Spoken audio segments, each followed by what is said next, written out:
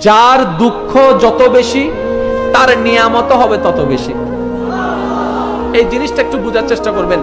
যার জীবনে যত দুঃখ বেশি, কষ্ট বেশি, সে যদি সেই কষ্টের উপর আল্লাহর উপর সন্তুষ্টি চিত্তে ধৈর্য ধারণ করতে পারে, সময় মোতাবেক তার কাছে যে নিয়ামত আসবে সেটা ওই দুঃখ কষ্টর চাইতে আরো বেশি হয়ে যাবে। সুবহানাল্লাহ।